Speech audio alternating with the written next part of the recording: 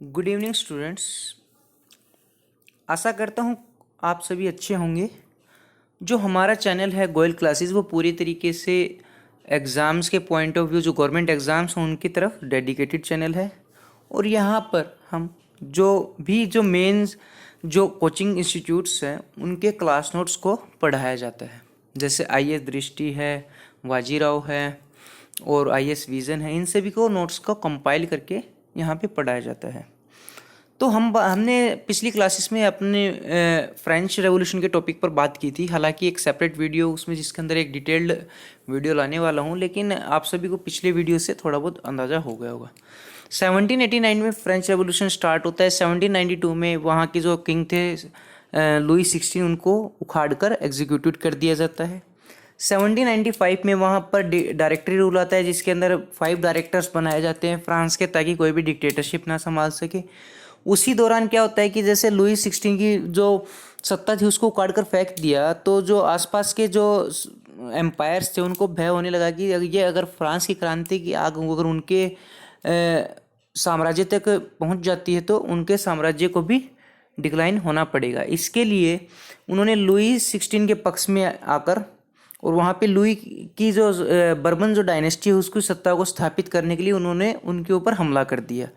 उसके अंदर मेनली जो एम्पायर शामिल थे कौन कौन से थे, ब्रिटेन है, रशिया है, ऑस्ट्रिया है, ये काफ़ी मुख्य रूप से इसमें सम्मिलित थे। अच्छा, जो महारानी थी जो लुई 16 की वाइफ थी मैरी एंटोनियो, वो कहाँ से थी? ऑस्ट्रिया से थी। तो इसलिए भी कुछ ऑस्ट्रिया का ज़्यादा प्रभाव था। तो ऐसे तैसे कुछ करके होता है। बाद में 1799 तक जो आर्मी के जनरल थे, कौन थे जनरल? नेपोलियन। तो नेपोलियन बोनापार्टे, उन्हीं की अध्यक्षता में लड़ाई लड़ी जाती है और उन्होंने ज़्यादातर लड़ाइयों में जीत हासिल की, जिसके कारण वहाँ की जनता ने उनकी अधीनता स्वीकार करी और जो फ्रांस में डिक्टेटरशिप आई, किसकी? नेपोलियन की डिक्टेटरशिप आ गई। जब नेपोलियन की डिक्टेटरशिप आई फ्रांस में, तो फ्रांस उस समय अपनी ऊंचाइयों को छू रहा था, यानी कि काफ़ी ताकतवर स्टेट बन चुका था और वो चाहता था कि अब उसका जो अपमान हुआ था, यानी कि देखो फ्रांस ने किसी के ऊपर हमला नहीं किया, लेकिन दूसरी जो एम्पायर्स उन्होंने हमला किया तो वो बदला लेना चाहता था। वो चाहता था कि उन सभी एम्पायर्स के ऊपर कब्जा कर सके। तो इसी भावना से वो हमेशा इन्वेजन करता रहता था। 1789 के दौरान जो जर्मनी था वो 300 भागों में बटा हुआ था, जिसमें 2 मुख्य भाग थे, पर्शिया और ऑस्ट्रिया। दूसरे अलग अलग भाग भी थे, जैसे हैनोवर है, वुट है, बवानिया है। लेकिन 1789 के बाद ही जर्मनी यूनिफिकेशन ऑफ जर्मनी की बात स्टार्ट होने लगी, लेकिन इतना ज़्यादा प्रभाव नहीं था। अच्छा, मिड 18 सेंचुरी से लेकर मिड 19 सेंचुरी तक का जो टाइम था उसको पीस एरा ऑफ यूरोप बोला जाता है, क्योंकि वहाँ उस समय तक कोई ज़्यादा बड़ी लड़ाई नहीं हुई। लेकिन उसके बाद के जो काल हुआ उसके अंदर क्या हुआ कि यूरोप में बड़े बड़े बदलाव देखे गए। तो उसमें सबसे बड़ा बदलाव क्या था कि नेशनलिज्म की भावना, यानी कि यूरोप के राष्ट्रों में राष्ट्रवाद की भावना पनपने लगी। यानी कि लोग अपनी रेस के आधार पर, अपनी लैंग्वेज के आधार पर अलग अलग समूह में बनाने लगे और अपने आप को वननेस मानने लगे कि यानी कि हम सब एक हैं, हमारा धर्म एक है, हमारा कल्चर एक है। उन्होंने अपने अपने सेपरेट ग्रुप बनाना स्टार्ट कर दिया। इससे यूरोप में क्या हुआ कि इंटीग्रेशन ऑफ कुछ स्टेट्स का इंटीग्रेशन हुआ, कुछ का डी इंटीग्रेशन हुआ। अगर आप बात करते हैं इंटीग्रेशन ऑफ स्टेट्स के बारे में, तो जैसे जर्मनी है उसका क्या हुआ? इंटीग्रेशन हुआ। इटली है उसका क्या हुआ? इंटीग्रेशन हुआ। लेकिन हम आप बात करते हैं डी इंटीग्रेशन के बारे में, तो डी इंटीग्रेशन किसका हुआ? ओटोमन एम्पायर का डी इंटीग्रेशन हुआ। जो टर्की था उसका डी इंटीग्रेशन हुआ। रशिया को भी डी इंटीग्रेशन का सामना करना पड़ा। तो इनका कुछ डी इंटीग्रेशन हुआ। अच्छा, जब 1813 में जब फ्रांस की सत्ता नेपोलियन के पास थी, तो उन्होंने क्या किया कि जो जर्मनी के ऊपर इन्वेजन स्टार्ट कर दिया ताकि रशिया से बदला ले सके और जर्मनी को अपने कंट्रोल में ला सके। तो 300 भागों पर जर्मनी के 300 भागों पर किसकी हुकूमत आ गई थी? नेपोलियन की हुकूमत आ गई थी। और नेपोलियन ने क्या किया कि जो छोटे छोटे भाग थे, जो 300 भाग थे, उनको बनाकर 39 स्टेट्स में कन्वर्ट कर दिया। 39 स्टेट्स में कन्वर्ट करने का मुख्य कारण यही था कि ताकि जो जर्मनी का एडमिनिस्ट्रेशन है वो फ्रांस अच्छे तरीके से संभाल सके। अगर मान लो अब 300 कंट्रीज़ हैं, अगर 300 गवर्नर्स नियुक्त करेगा तो उसको काफ़ी दिक्कत का सामना करना पड़ेगा। तो इसलिए उन्होंने छोटे छोटे भागों को एक एक करके जो 300 भाग थे उसको 39 स्टेट्स में कन्वर्ट कर लिया। तो नेपोलियन का जर्मनी की जो यूनिफिकेशन है उसमें काफ़ी अहम योगदान है। इसके बाद हम देखते हैं कि जब 1815 में वाटरलू की लड़ाई हुई तो उसके बाद क्या हुआ। अच्छा, जो राइन नदी के वेस्ट में जो इलाके थे, जो फ्रांस से लगती सीमा थी, उसके अंदर जो 16 स्टेट्स थे उनको क्या बोला, उनका एक कन्फिग्रेशन बना दिया, कॉन्फेडरेशन बना दिया। क्यों कॉन्फेडरेशन बना दिया? ताकि ये जो इलाके हैं वो एक बफर का काम कर सके, यानी कि कभी भी फ्रांस आगे अगर भविष्य में युद्ध की संभावनाओं को झेलता है तो ये एक बफर का काम कर सकें, इसलिए कन्फेडरेशन ऑफ राइन बना दिया। और इसके अंदर कितने स्टेट शामिल थे? 16 स्टेट शामिल थे। बाकी 13, अगर मान लो 39 में से 16 का कितने बच गए? 23 स्टेट्स का अलग अलग वो सेपरेटली अपने अपने हिसाब से रह रहे थे, लेकिन 16 का क्या किया कि उन्होंने कन्फेडरेशन बना दिया। तो इसलिए नेपोलियन का अहम योगदान माना जाता है। लेकिन जो रशिया और जो दूसरे ऑस्ट्रिया वगैरह के हमलों से त्रस्त आकर नेपोलियन की हार हुई, क्योंकि ये युद्ध काफ़ी लंबा चला था, तो जिसके तहत जो लिप्जिंग की लड़ाई थी उसके अंदर भी जो नेपोलियन को उसको हार का सामना करना पड़ा। वाटरलू की लड़ाई के बाद तो कोई लड़ाई हुई ही नहीं। तो लेकिन जो ये था नेपोलियन था, उसने क्या किया कि जो स्मॉल स्टेट्स हैं उनका यूनिफाई करके 39 में बदल दिया, और दूसरी तरफ जो 16 थे जो राइन नदी के वेस्ट के इलाके थे, एक बफर बनाने के लिए 16 स्टेट्स का कॉन्फेडरेशन ऑफ राइन बनाया। इसके बाद जो जर्मनी के फिलोसफर थे जॉन गोटलिब फिच, उसने क्या किया कि उन्होंने बोला कि जिस तरीके से फ्रांस हमारे ऊपर आए दिन हमला करता रहता है, हमें अलग अलग बांटता रहता है, इससे तो हम कमज़ोर पड़ जाएंगे और बिल्कुल ही और हमेशा हमेशा के लिए फ्रांस के अधीन हो जाएंगे। तो उन्होंने क्या किया कि उन्होंने आवाज़ उठाई कि हमें एक होना होगा, हमें जो फ्रांस है उससे मुक्ति लेनी होगी। इसके बाद क्या हुआ कि जो छोटे छोटे स्मॉल स्टेट्स थे उन्होंने एक कांग्रेस बुलाई। जो 39 स्टेट्स थे उन्होंने कांग्रेस बुलाई। तो उस कांग्रेस बुलाने के पीछे का क्या कारण था? जॉन गिटलेफ फिच की एक जो प्रकाशित पत्रिका है उसका सबसे महत्वपूर्ण योगदान था, जिसमें कहा गया है कि जर्मनी को अपने आप को यूनिफाई होना पड़ेगा ताकि दूसरे देश उसके ऊपर हमला ना कर सके। और जो यूनिफिकेशन होगा किस किस के आधार पर होगा? नेचुरल बाउंड्रीज के आधार पर, कस्टम्स के आधार पर, कल्चर के आधार पर और लैंग्वेज के आधार पर। यानी कि जिन इलाकों में जर्मन लैंग्वेज बोली जाती है उन सभी को एकीकृत करना होगा। अगर आप जर्मन के लोगों को देखोगे तो वहाँ पे लोगों की अक्सर नीली आंखें मिलती हैं, तो इसलिए एक उनका कल्चर भी है, उनका एक फिजिकल स्ट्रक्चर भी है, तो उनको अपना एक अलग साम्राज्य स्थापित करना होगा ताकि इन जो बड़े बड़े साम्राज्यों के बीच में जर्मनी अपनी पहचान बना सके। तो इसके लिए कांग्रेस ऑफ वियना बुलाई गई। सबसे पहले जो उनके जर्मनी के बुरे हालात थे किसके दौरान? नेपोलियन के शासन के दौरान। उनको मिटाने के लिए जो कॉन्फेडरेशन ऑफ राइन थी उसको समाप्त कर दिया गया, उसकी जगह जर्मन कॉन्फेडरेशन बनाया गया। अच्छा, उस समय मैंने बताया था कि जो पर्शिया है और ऑस्ट्रिया दो सबसे महत्वपूर्ण स्टेट्स थे, तो ये बात आप याद रख के चलना। इसके बाद जो जर्मन कन्फेडरेशन है उसके अंदर एक पार्लियामेंट बनाई गई जिसका नाम रखा गया डाइट, और ऑस्ट्रिया को लीडर चुना गया। अच्छा, लेकिन उस समय क्या हुआ कि जो ऑस्ट्रिया को लीडर तो चुना गया, लेकिन ये जो पार्लियामेंट थी वो असफल रही। असफल क्यों रही? क्योंकि जो ऑस्ट्रिया चाहता था कि वो राज करे जर्मनी के ऊपर, और जो पर्शिया चाहता था कि वो राज करे। दूसरा, जो छोटे छोटे जो एरियाज थे उनके ऊपर अपने अपने राजाओं का कब्जा था, तो वो सोचते थे कि अगर मान लो जर्मनी यूनिफाई हो जाता है तो उनके क्षेत्राधिकार पर एक यूनिफाइड जर्मनी का कब्जा हो जाएगा और वो कहीं ना कहीं अपनी साख खो बैठेंगे, तो इसलिए उनको भी डर था। तीसरा कारण यह था कि इकोनॉमिक बैरियर्स क्या थे? जो वेस्टर्न जो जर्मनी था वो पूरी तरीके से इंडस्ट्रीज पर आधारित था, और जो ईस्टर्न जर्मनी था वो किसके आधार पर था? एग्रीकल्चर के आधार पर। एक बार मैं मैप के माध्यम से आपको समझाना चाहता हूँ।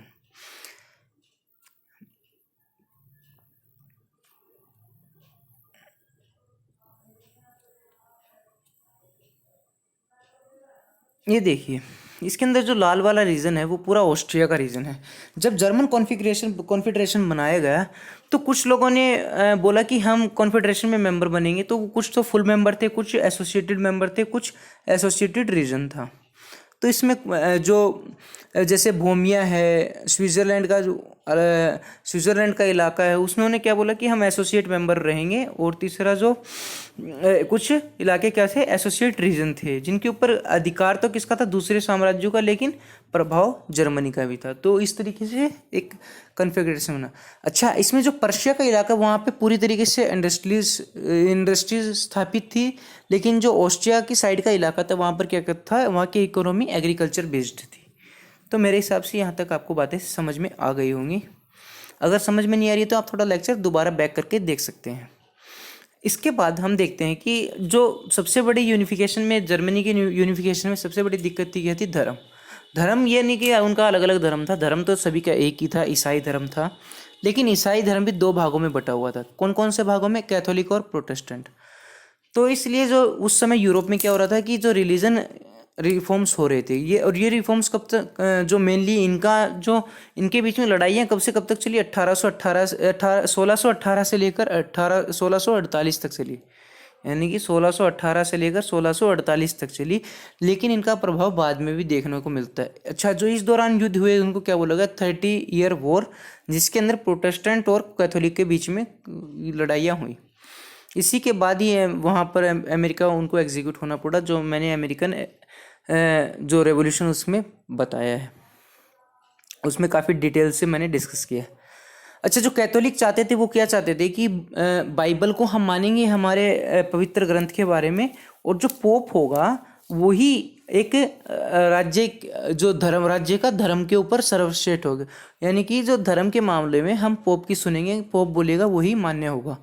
लेकिन जो प्रोटेस्टेंट क्या चाहते थे कि जो बाइबल को तो हम अपना पवित्र ग्रंथ मानेंगे, लेकिन जो ये पोप होगा उसकी सभी माने, उसका जो राजनीति में दखल होगा वो कम होगा, लिमिटेड होगा। यानी कि पोप की शक्तियों को हमें घटाना होगा। तो दोनों की अलग अलग विचारधाराएं थी। दूसरी बात ये है कि जो ऑस्ट्रिया था वो काफ़ी कंजर्वेटिव सोच का था, यानी कि वो अपने आप को एडवांस, अपने आप को मॉडर्नाइज नहीं करना चाहता था। दूसरी ओर जो पर्शिया था वो लिबरल सोच का था, वो अपने आप को एडवांस ही बनाना चाहता था और अपने उसमें इंडस्ट्रीज भी लगाना चाहता था, एक बढ़िया इकोनॉमी बनाना चाहता था। तो पर्शिया का ध्यान तीन ही चीज़ों की तरफ था: लिबरलिज्म, इंडस्ट्रियलाइजेशन और मिलिट्रिज्म। दूसरी ओर जो ऑस्ट्रिया का ध्यान था किन चीज़ों की तरफ था? कंजर्वेटिव उनकी सोच थी, यानी कि वो एडवांसमेंट नहीं चाहते थे। दूसरा, एग्रीकल्चर बेस्ड इकोनॉमी थी। तीसरा, जो कस्टमाइज्ड वेपन थे, यानी कि वो मिलिट्री का भी मोटराइजेशन नहीं करना चाहते थे, और जो कस्टमाइज्ड वेपन से उन्हीं से लड़ाइयाँ लड़ना चाहते थे। तो इसके बाद क्या हुआ? जैसे ही 1815 में जो कांग्रेस ऑफ वीन वैसे फेल्यूर हुआ, तो एक इश्यू बन गया था कि किस तरीके से जर्मनी का यूनिफिकेशन करना चाहिए। तो उस समय के जो वहाँ के फिलोसफर थे उन्होंने दो थ्योरी दी। एक तो ग्रॉस ड्यूट स्कलैंड, जिसमें ग्रेट जर्मनी के अंदर ऑस्ट्रिया को शामिल किया जाए, और दूसरी थ्योरी क्या थी? कैल्विन ड्यूट स्लैंड। इसका क्या मतलब है कि जो जर्मनी है उसको यूनिफाई किया जाए और ऑस्ट्रिया को अलग किया जाए। तो ये दो धारणाएं बनी। उसी समय क्या हुआ, जब कांग्रेस ऑफ वियना हुई, तो हालांकि इस बात पे सहमति नहीं बना पाई कि यूनिफिकेशन ऑफ जर्मनी होगा, लेकिन कुछ व्यापारिक दृष्टि से सहमति बन पाई। क्या सहमति बन पाई? जब वहाँ के राजा आपस में मिलने लगे तो उन्होंने बोला कि ठीक है, हमारी आपस में यूनिफिकेशन तो अभी पॉसिबल नहीं है, लेकिन हम फ्री ट्रेड एग्रीमेंट कर सकते हैं ताकि जो अननेसेसरी टैक्स हैं उनसे बचा जा सके। तो इसलिए जोल्वरिन नाम की एक पॉलिसी लाएगी। जोल्वरिन जो पॉलिसी है उसने वो एक ऐसा इकोनॉमिक कदम था जिसने जर्मनी को एक होने पर मजबूर कर दिया। कैसे? यानी कि कुछ स्टेट्स के बीच में उस टाइम देखो, जो नॉर्दर्न एरिया था जर्मनी का वो पूरा लिबरल था, यानी कि वो चाहते थे कि व्यापार बढ़े, उद्योग धंधे बढ़े। तो उन जो उस साइड के स्टेट्स थे उन्होंने क्या किया कि आपस में संधि कर ली कि हम फ्री ट्रेड करेंगे। दूसरी ओर जो कैथोलिक धर्म से थे, जो यानी कि कैथोलिक धर्म बोलना ठीक नहीं होगा, यानी कि जो ईसाई धर्म में जो कैथोलिक लोग हैं उन्होंने आपस में ट्रीटी कर ली कि यानी कि हम फ्री ट्रेड करेंगे। तो इस तरीके से दो तीन ऐसे गठबंधन बन गए जिनके बीच में फ्री ट्रेड हो रहा था। तो इस फ्री ट्रेड ने क्या किया कि जो इंडस्ट्रियलाइजेशन रेवोल्यूशन ले आए, किसके में, कहाँ पर, जर्मनी में। जो जर्मनी में जो आप देख रहे होंगे कि वर्ल्ड वॉर में जिसका इफेक्ट दिखेगा, तो जो इंडस्ट्रियलाइजेशन का इफेक्ट दिखेगा वो कब नींव डली थी उसकी, 1815 के बाद ही नींव डल गई थी। अच्छा, जो 39 स्टेट्स थे वो टैरिफ बैरियर से काफ़ी परेशान थे। जोल्वरिन के आने से टैरिफ बैरियर काफ़ी हद तक रिड्यूस हो चुके थे। तो जोल्वरिन पॉलिसी से सभी, ये मैंने जोल्वरिन पुलिस लिख दिया है, जोल्वरिन पुलिस नहीं पॉलिसी है ये। ओके, तो जो 39 स्टेट्स थे वो काफ़ी रिलैक्स महसूस कर रहे थे। अच्छा, जब लगातार ट्रेड बढ़ रहा था, बिजनेस बढ़ रहे थे, तो जो जर्मनी अपनी जो खोई हुई प्रॉस्पेरिटी है उसको वापस मिल रही थी। चौथा, जब ये जोल्वरिन 1818 में स्टार्ट हुआ था तो 1836 तक आते आते 25 स्टेट्स ऐसे थे जिन्होंने आपस में जो जोल्वरिन पॉलिसी है उसके ऊपर हाथ मिलाया ताकि वो अपने राज्यों में बना सकें। तो उसी समय के जो महान फिलोसोफर हैं विलियम कैर, उन्होंने बोला कि जो जोल्वरिन पॉलिसी है वो माइटी लीवर ऑफ जर्मनी का जर्मनी यूनिफिकेशन है, यानी कि जो अहम योगदान है, माइटी जो लीवर है जर्मनी यूनिफिकेशन, यानी कि mighty lever of Germany unification किसको बोला गया है, जोल्वरिन पॉलिसी को। मतलब मेरा कहने का मतलब है कि जो mighty lever of Germany unification किसको बोला गया, जोल्वरिन पॉलिसी को बोला गया। इसी दौरान कैप्सर डेविड फेडरिक हैं, उन्होंने एक तस्वीर बनाई जिसके अंदर बोला गया है कि जो हमारा राष्ट्र है, यानी कि देखो जब फ्री ट्रेड होगा तो आपसी मेल मिलाप भी स्टार्ट होगा, धीरे धीरे राष्ट्रवाद की भावना होगी। तो जो इससे क्या हुआ, 1836 तक आते आते जो जर्मनी था उसके अंदर एक ऐसा भाव पैदा हुआ कि हम सब एक हैं, यानी कि जो ट्रेड था, फ्री ट्रेड था, उन्होंने जर्मनी के लोगों को इतना आपस में जोड़ दिया कि जो वहाँ के जो लोकल राजाओं थे उनसे पब्लिक का भय हट ही गया। अब वो भय नहीं मानते थे बल्कि अपने आप को एक मानते थे। तो इसीलिए जो कैप्सर डेविड फ्रेडरिक है उन्होंने अपनी तस्वीर में दिखाया कि wanderer above the sea of fog, यानी कि जो कहने का तात्पर्य कि जो जर्मनी है वो सबसे ऊपर है, यानी कि जो हमारा देश है हमसे ऊपर है, हम यानी कि हमसे बढ़कर हमारा देश है। तो ये भावना आने लगी। Feeling of oneness I, spirit आई, वोल्क, यानी कि जो वोल्क का क्या मतलब है कि जो जर्मनी के प्रति लोगों ने गीत लिखने स्टार्ट कर दिए, स्टोरियां बनानी स्टार्ट कर दी, जो अब केवल अपने राजाओं के जो दायरों से बाहर निकलकर पूरी जर्मनी को यूनिफाई कर रही थी। तीसरा, एक रोमांटिसिज्म का दौर आया जिसके अंदर राष्ट्रीय भावनाएं एकदम से तड़प उठी, वहाँ पे चिंगारी लग उठी कि हम राष्ट्र को लिए मर मिटने के लिए तैयार हैं और हमें पूरी तरीके से एक जर्मनी बनाना है ताकि जो साम्राज्यवादी ताकतें हैं उनसे लड़ा जा सके। और ये भावनाएं किसके प्रति आ रही थी, फ्रांस के विपरीत ऐसी भावनाएं थी, क्योंकि फ्रांस ने उस समय जर्मनी का काफ़ी दमन किया था। तो उसके अगेंस्ट उनके अंदर एक राष्ट्रवाद की भावना पनप उठी थी, जो चाहती थी कि जर्मनी एक ऐसा स्टेट बने जो कि अपने दम पर खड़ा हो और दूसरे राज्यों के साथ लड़ सके। तो इस तरह की भावना आ रही थी। उसी टाइम एक ग्रिम बंधु थे, उन्होंने काफ़ी ऐसी बुक्स लिखी जिसके अंदर पूरी जर्मनी की कहानियों को समेटा गया, यानी कि अब जो कहानियाँ लिखी जा रही थी, जो गीत लिखे जा रहे थे, वो एक स्टेट्स में न होकर पूरे जर्मनी के ऊपर लिखे जा रहे थे और लगातार पोस्टर छप कर वितरित हो रहे थे कि ताकि एक नेशनलिज्म की भावना पनप सके। होफमैन वॉन फाल्सेल्बन ने एक क्या लिखा, नेशनल एंथम लिखा, और ये कब लिखा, 1841 में, जिसका क्या नाम था, ड्यूट्सलैंड उबर अलाइज। इसका क्या मतलब है कि जर्मनी अबव एवरीथिंग, यानी कि आपके सामने जर्मनी सबसे पहले है, यानी कि आपको आपको योगदान देना है अपने देश के लिए। जो जर्मनी है वो आपसे भी आगे है, आपको हमेशा जर्मनी के साथ खड़ा होना, ना कि अपने जो छोटे मोटे राजा हैं उनके साथ खड़ा होना। आपको जर्मनी की तरफ बढ़ना है। एक बार मैं चेक कर लेता हूँ वीडियो रिकॉर्ड हो रही है नहीं हो रही, क्योंकि पिछली वीडियो में ऐसा कुछ हो रहा था। ठीक है, रिकॉर्ड हो रही है। अब 1848 में क्या हुआ कि जो 39 स्टेट्स थे उन्होंने दोबारा से एक अपनी कांग्रेस बुलाई, और क्या किया, उसके अंदर फ्रैंक पार्लियामेंट का गठन किया। यानी कि पूरे जर्मनी के लिए एक पार्लियामेंट नियुक्त की गई जो पूरी जर्मनी के लिए कानून बनाएगी। और उसकी जगह कहाँ पे थी, फ्रैंकफर्ट एक जर्मनी का शहर है, वहाँ पर इसको इस्टेब्लिश किया गया। और ये जो पार्लियामेंट थी वो पैन जर्मन पार्लियामेंट थी, यानी कि इसमें जो जर्मनी के सभी स्टेट्स ने हिस्सा ले रखा था। जैसे ही इस पार्लियामेंट की बैठक हुई तो इसमें सबसे पहले डिमांड उठने लगी। डिमांड क्या क्या उठने लगी कि जो जर्मनी है उसका अपना संविधान होगा। यानी कि सीधा सीधा तौर पर पार्लियामेंट में इस इश्यू ने ये बोल दिया कि जो जर्मनी में जो राजशाही है, जो 39 स्टेट्स में राजा बैठे हैं, उनको अबोलिश कर दिया जाएगा। तो इससे वहाँ पे जो बैठे राजा हैं, देखो राजाओं ने हिस्सा नहीं लिया वहाँ पे राजाओं ने अपने अपने प्रतिनिधि भेजे थे, लेकिन प्रतिनिधियों ने मिलके ऐसा कुछ वहाँ पे विचार किया, क्योंकि फिलोसफर प्रतिनिधि मिलके सभी बैठे थे तो वहाँ पे उन्होंने ऐसा कुछ विचार किया कि हम पूरी तरीके से जो राजा हैं, देखो जर्मनी को यूनिफाई करना होगा तो छोटे छोटे राजवंश हैं इनको ख़त्म करके और एक में शामिल करना होगा। दूसरी ओर क्या बोला गया है कि जो जर्मनी होगा उसका सिर्फ एक राजा होगा। कितने राजा होंगे, एक राजा होंगे। और जो जर्मनी की जो संसद होगी उसके अंदर 2 हाउस होंगे, एक तो स्टेटहाउस जिसे हाउस ऑफ स्टेट बोला गया, और एक वोल्क्सहॉर्स जिसे हाउस ऑफ पीपल बोला गया। इसके बाद क्या हुआ कि ऑस्ट्रिया और पर्शिया 2 सबसे मुख्य राज्य थे। दोनों चाहते थे कि मतलब उनको ये पावर दे दिया जाए, लेकिन सबसे पहले क्या हुआ कि जो ऑस्ट्रिया थे उन्होंने बोला कि आपका समाज और हमारा समाज काफ़ी अलग है।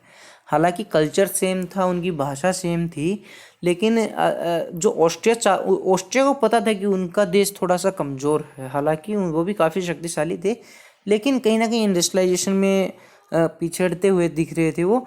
और जो कि पर्शिया वो लिबरल भी था और ये कंजर्वेटिव माइंड का था। तो जो ऑस्ट्रिया था उसने तो बोला कि हम जो सेंट्रल गवर्नमेंट का जो कंसेप्ट है सेंट्रलाइज गवर्नमेंट का, इसको सीधे सीधे नकारते हैं। दूसरी ओर पर्शिया के जो राजा थे फ्रेडरिक विलियम फोर्थ, उनको जैसे ऑस्ट्रिया ने नकारा तो उनके सामने सिर्फ एक ही विकल्प बच गया था कि जो पर्शिया उनके राज्यों को यहाँ का क्राउन बना दिया जाए। लेकिन जो स्टार्टिंग में जो फ्रेडरिक विलियम्स फोर्थ थे वो बनना चाहते थे राजा, लेकिन उन्होंने बाद में मना कर दिया, क्योंकि वो चाहते थे कि अगर ऑस्ट्रिया को मना लेते हैं कि उनकी राजशाही के अंतर्गत हम जर्मनी को यूनिफिकेशन कर देंगे तो ये जर्मनी यूनिफिकेशन के लिए एक अहम योगदान होगा। लेकिन ऑस्ट्रिया के राजा के मना करने के बाद उन्होंने भी इसको स्वीकार करने से मना कर दिया, क्योंकि उनकी पावर भी अब कुछ नहीं रही, क्योंकि जो भी ज़्यादातर अधिकार थे किसको दे दिए थे, जो फ्रैंकफर्ट पार्लियामेंट को दे दिए थे। तो इससे वो सोच रहे थे कि उनके पास तो कुछ रहेगा नहीं, तो मतलब राजा बनने से क्या फ़ायदा है। तो उन्होंने इसलिए अपनी जो क्राउन जो उनको दिया जा रहा था उनको उन्होंने ठुकरा दिया। उसके बाद कुछ सालों तक जो जोल्वरिन है उसने यूरोप को नहीं बल्कि जर्मनी को बांधे रखा। अच्छा, यूरोप को सेंट्रल जो जर्मनी है उसको सेंट्रल यूरोप के भी नाम से भी जाना जाता है, क्योंकि जो जर्मनी की पोजीशन है, अगर आप देखेंगे, आज की जर्मनी की बात नहीं कर रहा हूँ मैं, 1914 से पहले की जर्मनी की बात कर रहा हूँ, वो सेंट्रल यूरोप का पूरा हिस्सा कवर करता था। तो उसको जो सेंट्रल यूरोप को नाम से भी जाना जाता था जर्मनी को। अच्छा, जोल्वरिन के माध्यम से जो नीतियाँ बनी रही आपस में फ्री ट्रेड चलता रहा। हालांकि यूनिफिकेशन की बात भी लगातार चलती रही, लेकिन कोई सीमा निर्धारण नहीं हो पा रहा था। लोग अपने अपने जो उनका अपने अपने स्वार्थ थे वो साधने में लगे हुए थे। तो अभी क्या होता है कि 1859 में क्या होता है कि नॉर्दर्न इटलियन वार होता है। इसके अंदर क्या होता है, जो फ्रांस है और इटली का पेडमोंट शहर, जो पेडमोंट एक इलाका था इटली में, उन्होंने मिलके क्या किया कि ऑस्ट्रिया पर हमला कर दिया। जिसके अंदर ऑस्ट्रिया की हार हुई। तो उस समय क्या हुआ कि जो ऑस्ट्रिया के राजा कौन थे, फ्रांज जोसेफ। अच्छा, जो उनका कार्यकाल था कब से कब तक रहा, 1848 से लेके 1866 तक रहा। लेकिन जो युद्ध हुआ था 1859 में हुआ था। तो उस युद्ध के बाद जो फ्रेंच जोसेफ थे उनकी काफ़ी किरकिरी हुई, और वहाँ पे जनता में डिमांड उठने लगी कि हमें भी जो ब्रिटेन जैसी एक अपने राज्य में सत्ता स्थापित करनी होगी जिसके अंदर कॉन्स्टिट्यूशनल मोनार्की होगी। जैसे कॉन्स्टिट्यूशनल मोनार्की का नाम आता है, जो फ्रेंच ने यूनिफिकेशन ऑफ जर्मनी के बारे में सोचने लगा, क्योंकि ये सेम कंसेप्ट उनके बारे में चर्चाएं काफ़ी होती थी। तो उस समय फ्रेंच जोसेफ की काफ़ी किरकिरी हुई। तो फ्रेंच ने भी सोचने लगा कि हाँ, जो पार्लियामेंट होनी चाहिए, हमें भी अपनी मिलिट्री पावर बढ़ानी होगी। और लगातार वो जो जन आक्रोश है वो सहन करता जा रहा था। तो इसलिए वो चाह रहा था कि ठीक है, कॉन्स्टिट्यूशनल मोनार्की होनी चाहिए। उस समय जो पर्शिया का राजा कौन था, फ्रेडरिक विलियम फोर। अब फ्रेडरिक विलियम फोर की सत्ता जा चुकी थी, और उसने जो फ्रेडरिक विलियम है उस फोर्थ था, उन्होंने किसको अपनी सत्ता दे दी थी, विलियम वन। जो विलियम वन है वो फ्रेडरिक विलियम के चचेरे भाई थे। जैसे विलियम फर्स्ट जो वहाँ के राजा बनते हैं, कहाँ के, पर्शिया के, तो उन्होंने बोला कि मैं जो ऑस्ट्रिया जब पर्शिया होगा वो पर्शिया में अब वो रिफॉर्म्स लेके आएंगे। तो जैसे ही वो राजा बनते हैं उन्होंने ओटोमन बिस्मार्क को पीएम बना दिया। अच्छा, हम थोड़ी ओटोमन बिस्मार्क की कुछ बातें कर रहे हैं। पहली बात तो जो ओटोमन बिस्मार्क था वो एक अपॉइंटेड पीएम थे, यानी कि वो चुनाव द्वारा नहीं लिए गए थे बल्कि राजा द्वारा नियुक्त किए गए थे। दूसरी बात, जो बिस्मार्क था वो चाहते थे कि पूरी तरीके से जर्मनी का यूनिफिकेशन हो। तो इसलिए वो चाहते थे कि जर्मनी का यूनिफिकेशन तो हो, लेकिन जिस तरीके से फ्रेडरिक विलियम ने सत्ता छोड़ दी कि किसके सहारे, ऑस्ट्रिया के सहारे, लेकिन ऐसा न हो बल्कि पर्शिया के डोमिनेंस में ही यूनिफिकेशन हो। तीसरी बात यह है कि जो ओटोमन बिस्मार्क थे उनका कंजर्वेटिव एटीट्यूड था। कंजर्वेटिव एटीट्यूड का मतलब ये नहीं कि वो इंडस्ट्रियलाइजेशन नहीं चाहते, इंडस्ट्रियलाइजेशन चाहते थे वो, लेकिन कंजर्वेटिव का मतलब क्या है कि वो एक अपनी बंदूक की नोक के ऊपर राज करना चाहते थे। यानी कि वो, जैसे लिबरलिज्म में क्या होता है, लिबरलिज्म में क्या होता है कि डेमोक्रेसी को सपोर्ट किया जाता है, लेकिन उनका माइंड सेटअप क्या था कि कंजर्वेटिव था, यानी कि बंदूक के नोक के ऊपर पर्शिया पूरे जर्मनी के ऊपर राज करेगा, इस तरह की भावनाएं थी उनमें। इसीलिए उन्होंने बोला था कि इफिशिएंट मिलिट्री लीडरशिप लेकर आएंगे जर्मनी में, जो कि मैकियावेली का कंसेप्ट है। मैकियावेली आपको पता है कि जो इटली के जो शासक हुए थे उनसे प्रभावित थे। कौन, ओटोमन बिस्मार्क। अच्छा, जो ओटोमन बिस्मार्क था उनकी सीधी सादी साफ नीति थी, उनको किसी भी तरीके से अपने जो टारगेट्स है वो पूरे करने थे, यानी कि अपने काम को अंजाम देना था। तो इसलिए वो किसी भी नीति का पालन नहीं करते थे, जिस तरीके से काम निकल रहा है ठीक है, उनका कोई भी सिद्धांत नहीं था। और बोल रहा था कि जो पॉलिटिक्स है वो पावर से चलती है। वो उनका मानना ये था कि जो पॉलिटिक्स किससे चलती है, पावर से चलती है। और जो आइडियलिस्टिक होते हैं वो हमेशा अनरियलिस्टिक होते हैं। क्या होते हैं, अनरियलिस्टिक, यानी कि जो आइडियोलॉजी पे काम करते हैं वो कभी भी रियल जिंदगी जी ही नहीं रही, वो कहते थे। यानी कि उनको रियल ज़िंदगी के बारे में पता ही नहीं, जो आइडियल लोग हैं। अब मान लो, कहने का मतलब ये है कि अगर मान लो 5,000 लोग हैं, अब 500 लोगों के पास 4500 लोगों जितनी संपत्ति है, तो आइडियलिस्ट क्या बोलेंगे कि 25 हर एक आदमी के पास बराबर बराबर संपत्ति होनी चाहिए। लेकिन क्या ये रियलिटी में पॉसिबल है? नहीं है पॉसिबल। तो